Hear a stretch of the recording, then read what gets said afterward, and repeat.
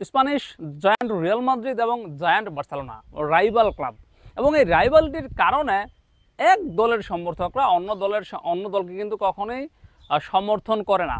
Real মাদ্রিদের বিপক্ষে যে দলেরই ম্যাচ হোক, বার্সেলোনার ভক্তরা স্বাভাবিকভাবেই ওই দলটার সাপোর্ট করবে, আর বার্সেলোনার বিপক্ষে যে দলেরই খেলা হোক স্বাভাবিকভাবেই রিয়াল মাদ্রিদ ভক্তরা ওই দলটারই সাপোর্ট করবে।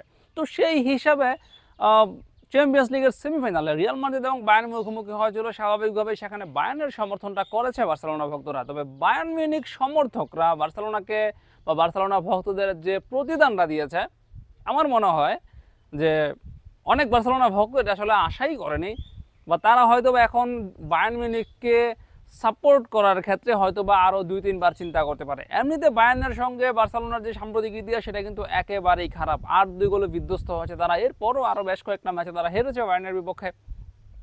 সেই বায়ার্নকে যারা সাপোর্ট করেছিল রিয়াল মাদ্রিদের বিপক্ষে ম্যাচে, তবে ম্যাচের পূর্বে দেখা গিয়েছে যে বায়ার্নের সমর্থকরা বার্সেলোনাকে তুলে গালি দিচ্ছে। মানে এই ম্যাচে যদিও বার্সেলোনা ছিল না, বার্সেলোনার কিছুই কিন্তু এই ম্যাচে ছিল না, যদিও বার্সেলোনার সমর্থকরা শুধুমাত্র রাইভালিটির কারণে রিয়াল মাদ্রিদকে সমর্থন করেছে, মানে রিয়াল মাদ্রিদের বিপক্ষে বায়ার্নকে সমর্থন করেছে ম্যাচটাতে। তো এইখানে বায়ার্নের সমর্থকরা পুটা